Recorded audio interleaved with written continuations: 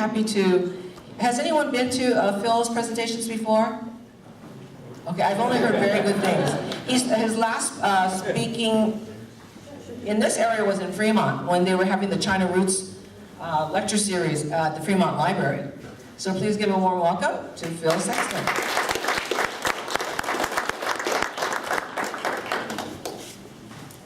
Thank you. Brenda has her hands full, and she has been calling me sometimes twice or three times a day for about the past 2 months. And lo and behold, last Monday she showed up to meet me, and I was a little bit late because of a dental appointment. And I came in, I went to the restroom, and somebody next to me said, "Are you Phil Sexton?" I said, "Yes." "Brenda's looking for you." "Well, where's she at?" "She's in the next restroom."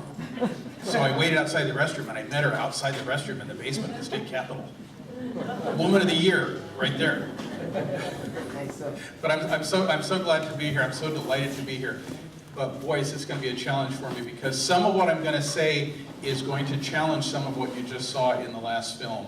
And with apologies to the elected representatives that were here and the staffers, I'm going to insult some dead politicians. So I hope that's okay. But this is a very complex thing. But the railroad built with Chinese labor made the United States a transcontinental nation. Additionally, it triggered the Industrial Revolution. It opened up trade with Asia. It helped the Allies win World War II, and it still affects our lives almost every day. And of course, not very far from this building is a piece of that original transcontinental line that is now operated by Union Pacific. But it starts a little bit earlier than that. It starts in January of 1848 when gold was discovered on the South Fork of the American River by a man named James Marshall, who was building a sawmill for Captain John Sutter. He looked down the tail race on one really cold, muddy, wet morning, and boy, with the rain this year, and I live up there, boy, is it cold and wet and muddy. Oh, jeez. Anyway, he saw gold in the tail race. He got a little worried about this.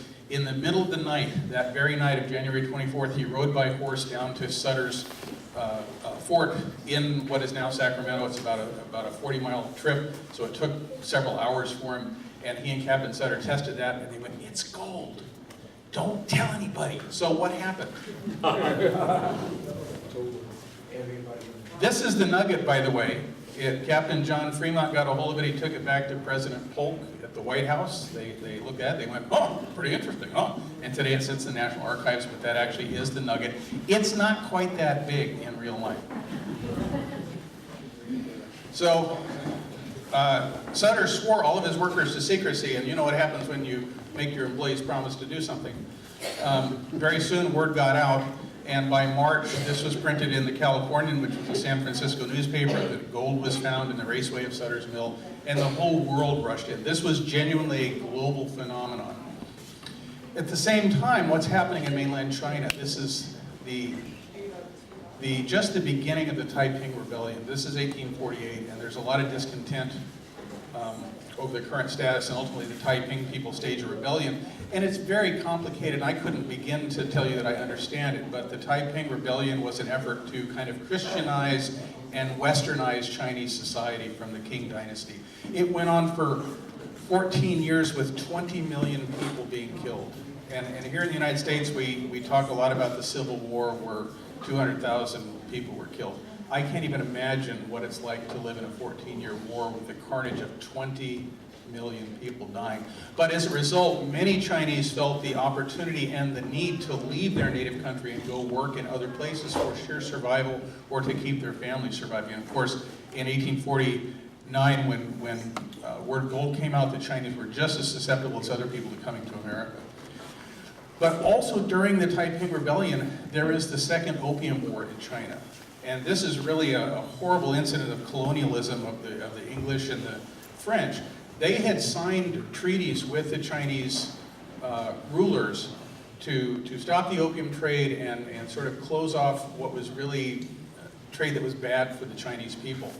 But they took it, the English and the French took advantage of the rebellion, and they started the Second Opium War, and they violated their treaties, and they negotiated new treaties that gave the non-Chinese people a lot of leverage, and that led to a lot of problems.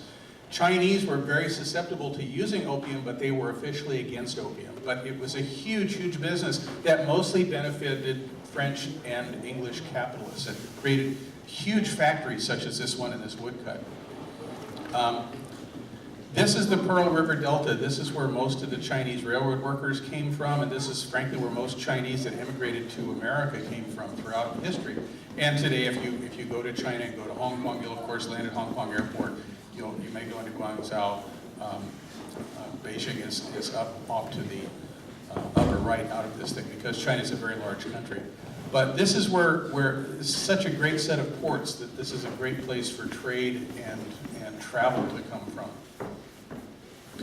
Now, pre-railroad, I mention all of this global stuff because not all of the gold miners were Caucasian. Here's a black man that's mining gold in Auburn Ravine in my hometown in 1849, and we don't know whether he was a freed slave, a West Indian, a dark-skinned person, or what. But the gold rush was a very cosmopolitan experience. The Western movies you see that are all white are wrong. They are absolutely wrong when they talk about all of this stuff. Not all of the 49ers were American, and Chinese were some of the first people to come and look for gold, and they were early on, and I think you'll be amazed at what shows in the next slide here. Whoops, not quite the next slide, but getting there. There was also a lot of interplay between whites and Chinese at this time. You didn't have the tension and the discrimination and the sheer hatred of Chinese that you developed a little bit later. This again is in my hometown of Auburn, and this is somewhere down in Auburn Ravine. Now this is California's second governor. This is Governor McDougal. And in his inaugural speech, he said that the Chinese people are one of the most worthy of our newly adopted citizens. This is 1851. The Alta California newspaper said the China boys will yet vote at the same polls, study at the same schools, and bow at the same altar as our countrymen. This is 1851. Here's my town of Auburn in 1852. This is the US Census. So there's about 10,000 people in Auburn. 5,166 of them are from the United States, meaning that they emigrated to California during the gold rush. Look at this number of Chinese. Oh my gosh, 1 out of 3 people in Auburn in this time is Chinese.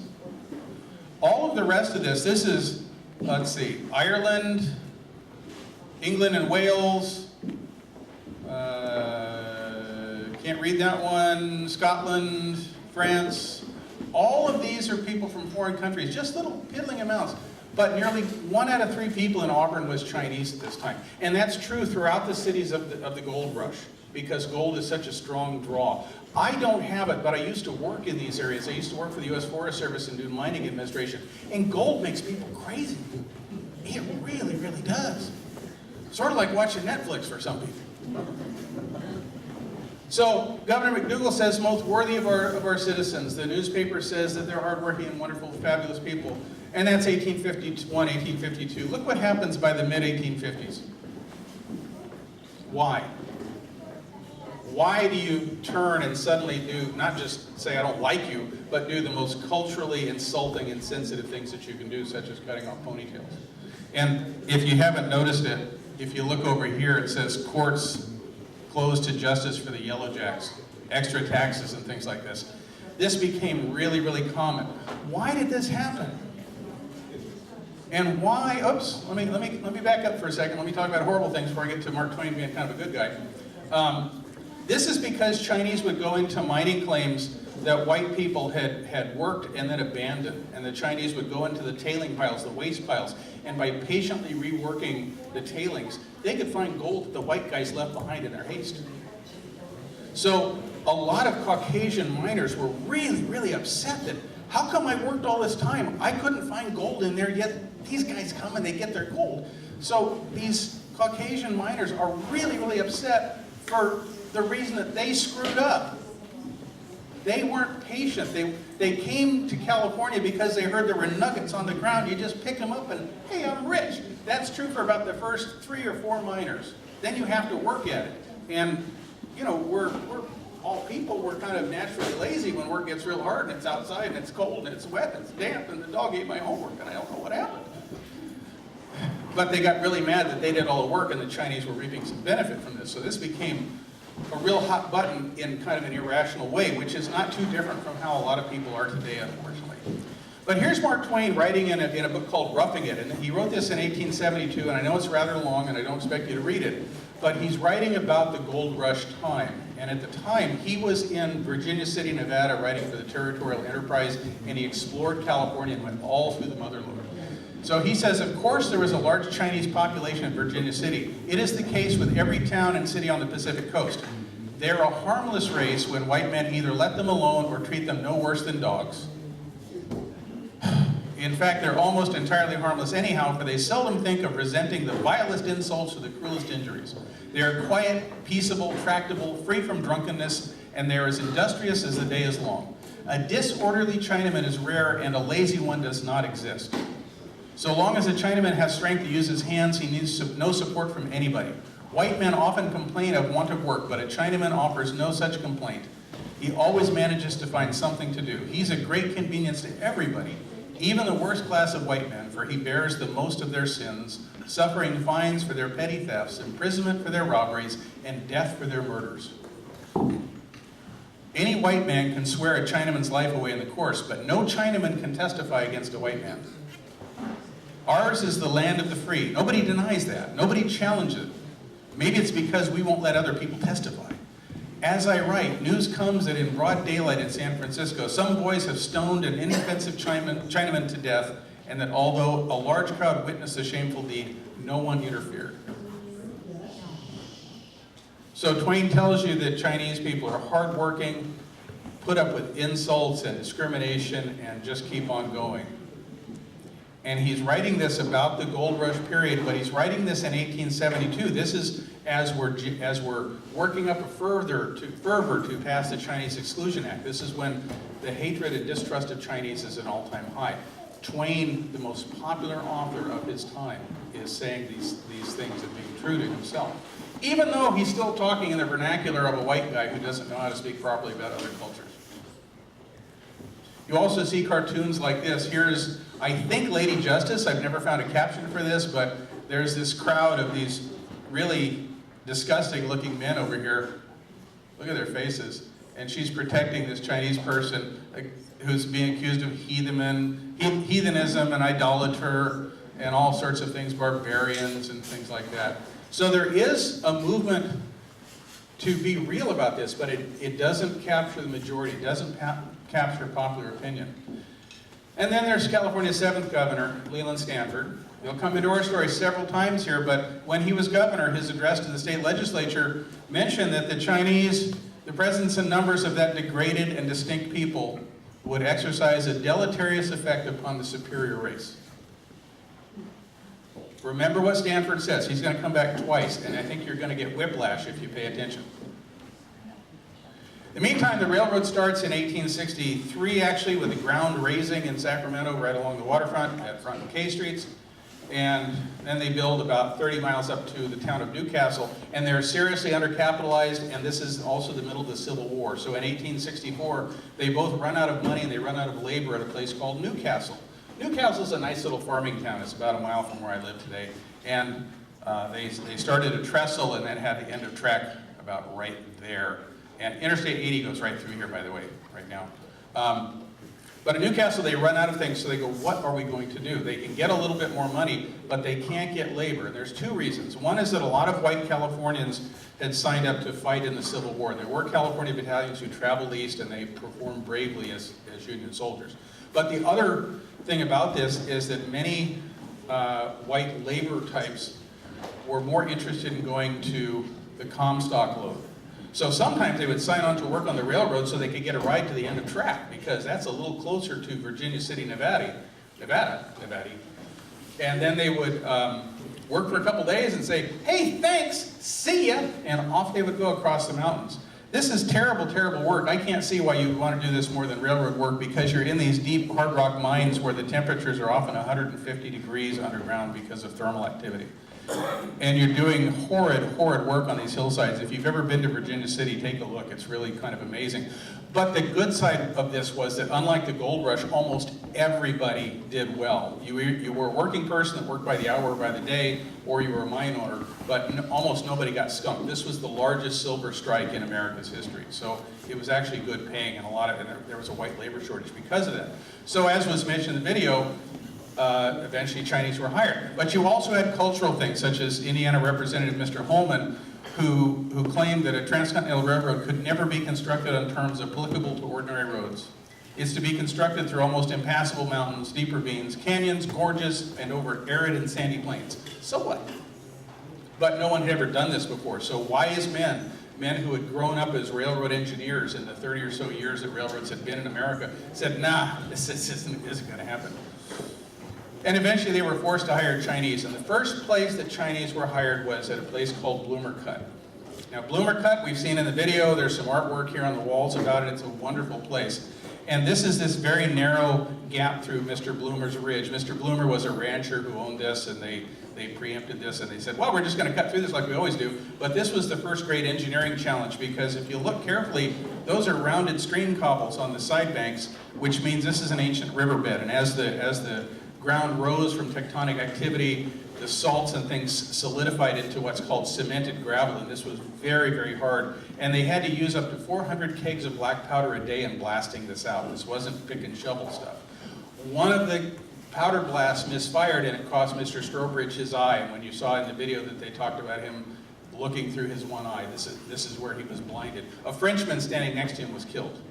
But 4 Chinese workers were hired here to help dig this trestle, and that was because Auburn had this huge Chinese population, and by 1864, if you were Chinese, you couldn't have a mining claim, you couldn't own a business, you couldn't vote, you couldn't testify in court, you could work for somebody, or you could have a laundry, or you could be a cook, and if you were a woman, you could do other things that I won't talk about in here.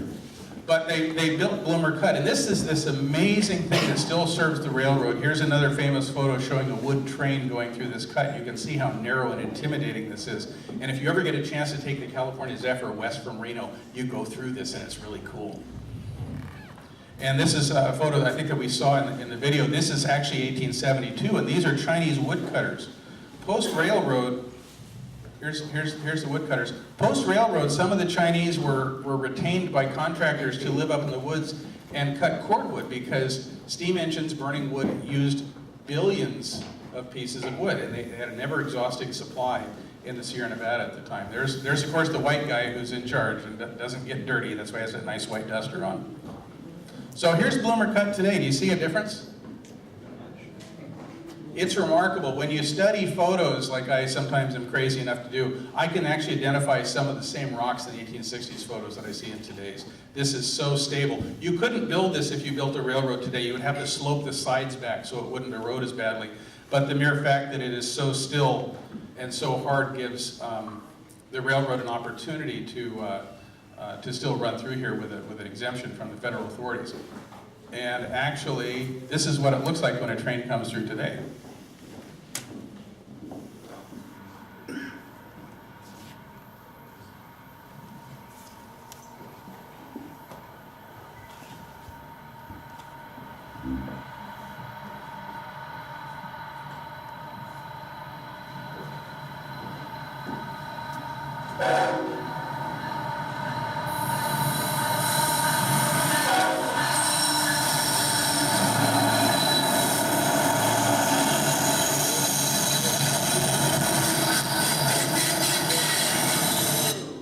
What's in that car. I think it's actually a propeller for a wind generating turbine somewhere. And it reminds me, I forgot to mention this, if you go out and explore the railroad, I want to caution you on a couple things. Never, ever, ever, ever go into Bloomer Cut. And it should be obvious why. Never go into Bloomer Cut. But also generally stay off of tracks. When you go look at these railroad things, even though they're an important part of your heritage, certainly more than mine, but also my heritage, because I have railroad workers in my family, we're trespassing on private property. This is the property of a railroad, which is a private entity. It's not the government. It's also very dangerous, and I don't know if it came through in the video, but when trains are coming westbound down Donner Pass, they're coasting, and you often don't hear them till they're right on top of you. In my career, I worked on 2 fatalities related to people being idiots and being on tracks when they shouldn't have done that. So please stay off of tracks. I'm not inviting you to go on tracks. Now here's some numbers I dug about Chinese employed by the railroad, but I also want to point out this statue because this is at the Upper Depot in the city of Auburn, which is now the Gold Rush Museum. It was the westbound depot for the Southern Pacific Railroad for many years, and in the 1970s a dentist named Kenneth Fox created a series of statues in Auburn, and this is one of them called the Chinese Coolie, and it's a really wonderful piece of art. But here's the very few records that we've been able to find about Chinese actually employed by the railroad. In 1864, 23 were on the payroll, February 21, 5. Then by 1865, 730, almost 1,400, over 1,200 here. It goes on up, and here in April 1866, when they're building across the summit, you have 7,000 people employed at one time, nearly 7,000 people. It varies a little bit, and then by December 1866, the records disappear because this was when the railroad hired Chinese directly. After December 1866, they were hired by contractors called the Six Companies and Sisson and Wallace. And because Chinese were not citizens, because we didn't care about them, because we were paid by groups, there's no payroll records. So numbers are really difficult to come by, and that's vexed everyone who's ever studied the subject. But these are the best numbers we've had. In December 1867, the railroad had 401 on their payroll. That's far less than were actually working. Most of them were contractors. Let's go back to Stanford. Here he is called before Congress to testify about the progress of his railroad. Remember the deleterious effect that these mongrel subhuman people would have on the world? Well, a large majority of the white laboring class on the Pacific Coast find more profitable and congenial employment in mining and agricultural pursuits than in railroad work. The greater portion of the laborers employed by us are Chinese, who constitute a large element of the population of California. Without them, it would be impossible to complete the western portion of the great national enterprise within the time period required by the acts of Congress.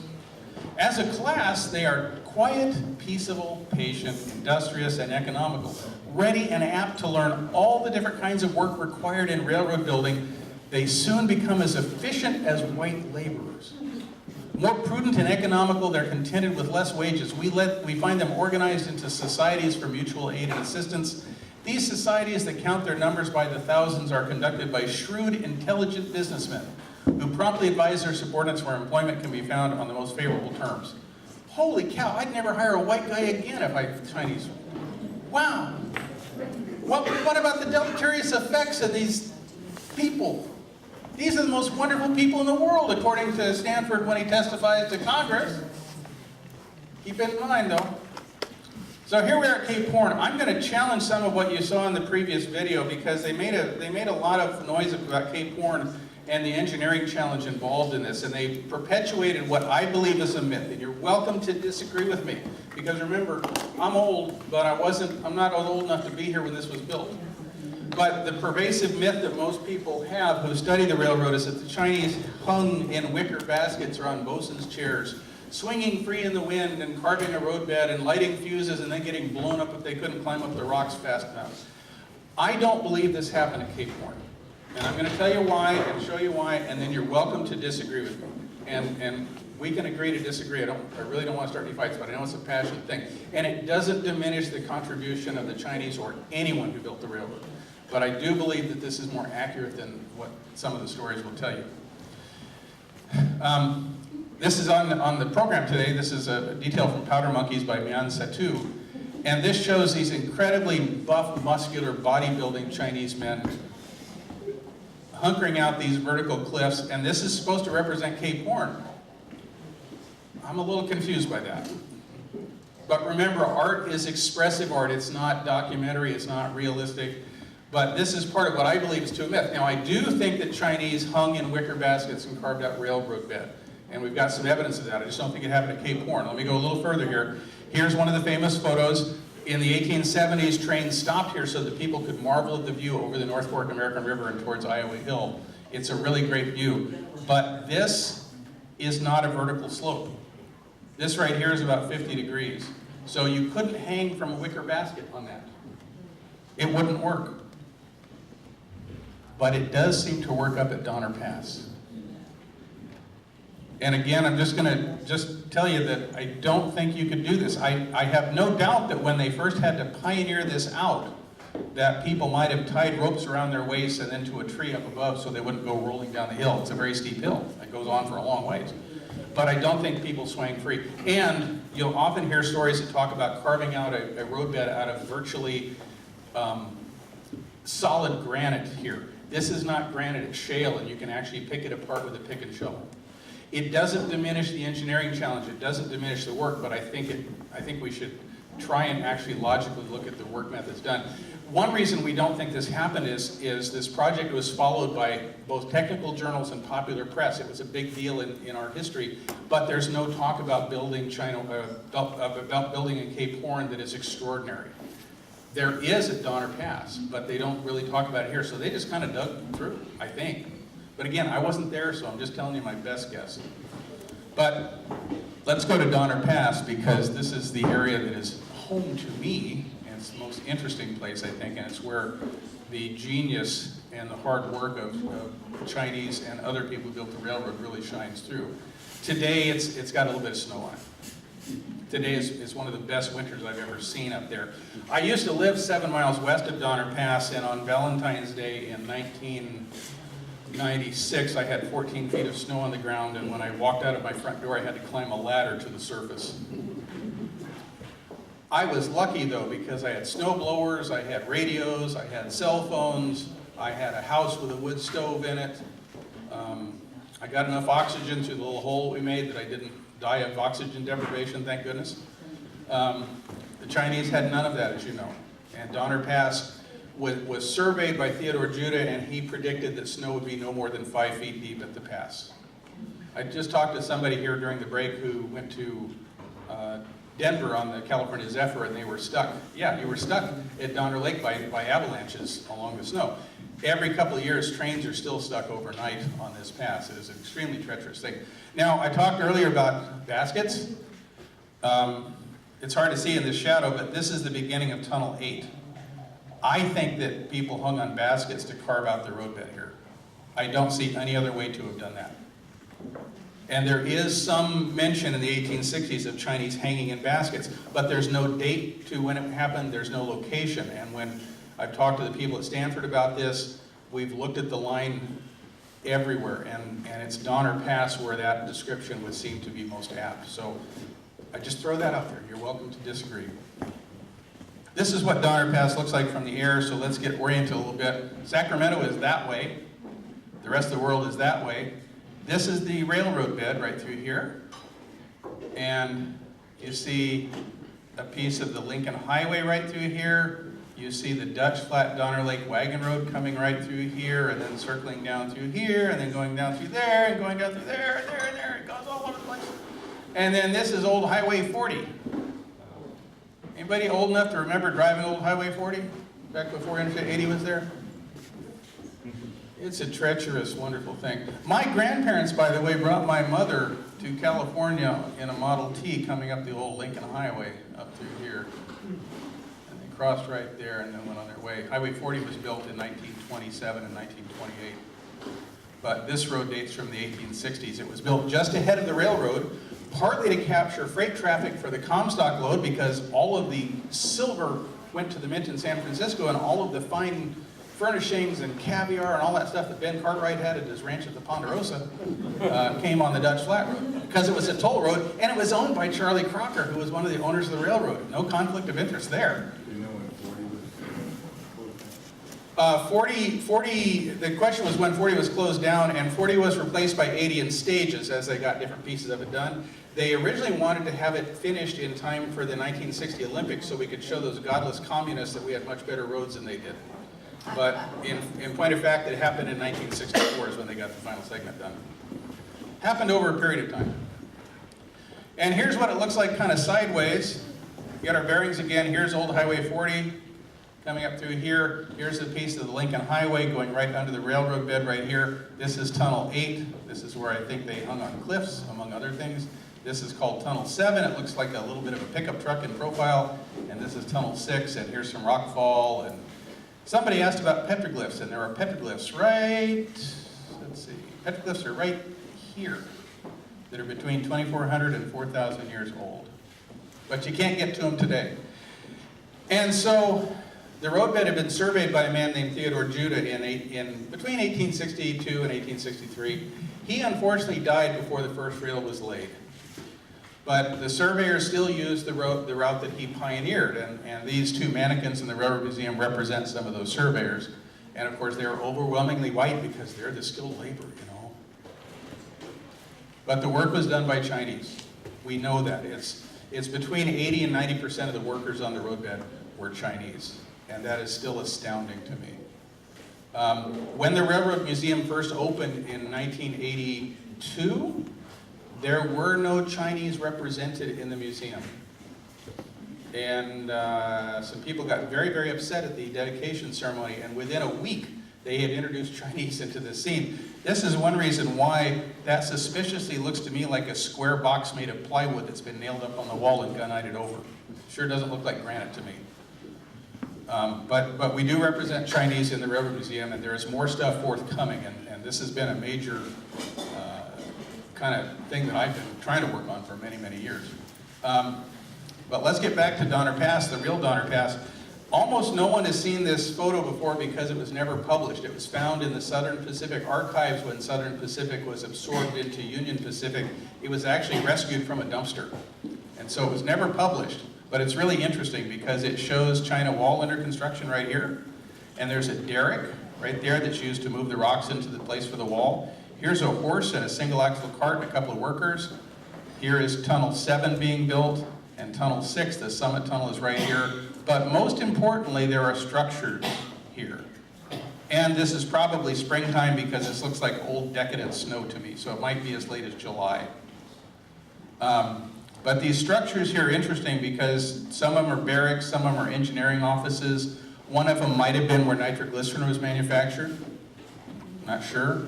But I'm going to zoom in a little closer on this first because there are so few photos of the Chinese. But there's a Chinese worker right here, very fuzzy. And he's got a horse, and he might have somebody else with him. Here's the derrick that moves the rocks for the wall. And I want you to look at the wall. China Wall is one of these great engineering achievements. But in this photo, it shows you that it's not vertical. It leans back about 10 degrees. That's really important. You may know this or may not know this, but China Wall is called dry laid wall. It's laid together like a jigsaw puzzle. Its structure holds it together. So almost anybody can build a wall with mortar, but if you're going to build something like this, you really, really know what you're doing. And this speaks to the genius of the men who did this kind of work. I'll show you what the purpose of the wall was as we get here. Back to those structures that you saw. This is the site of one of them, and I don't know how easy it is for you to see it, but I can see a clear rectangle right here. So this was a structure that was actually a barracks. And I've taken groups up here. By the way, if you want to go on a tour of Donner Pass with me, come talk to me, we'll set something up. When you go to places like this, if you look carefully, you can still find pieces of the past. You can still find that there is clear evidence that there was Chinese habitation here. Does anybody recognize the pattern on the China? I think it's double happiness.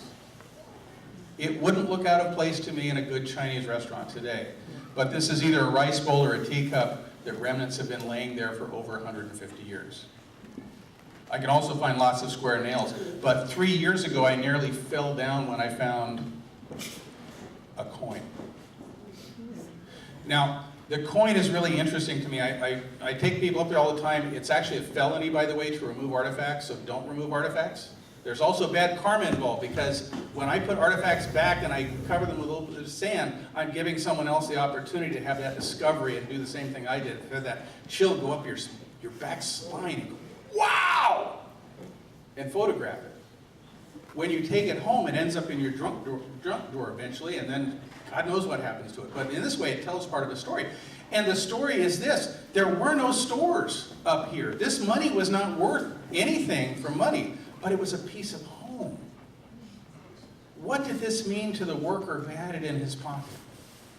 I hope it meant a lot that when he looked at it, he could know that this was his homeland, that this is where he was sending money to and he's returning someday to. And then it somehow got dropped or fell through a hole in a pocket or something, left there 150 years so that I could find it and show it to others. I was able to find it 3 times that year. I've not found it since. I have this horrible fear that someone did walk up and take it home with them, and I hope that didn't happen.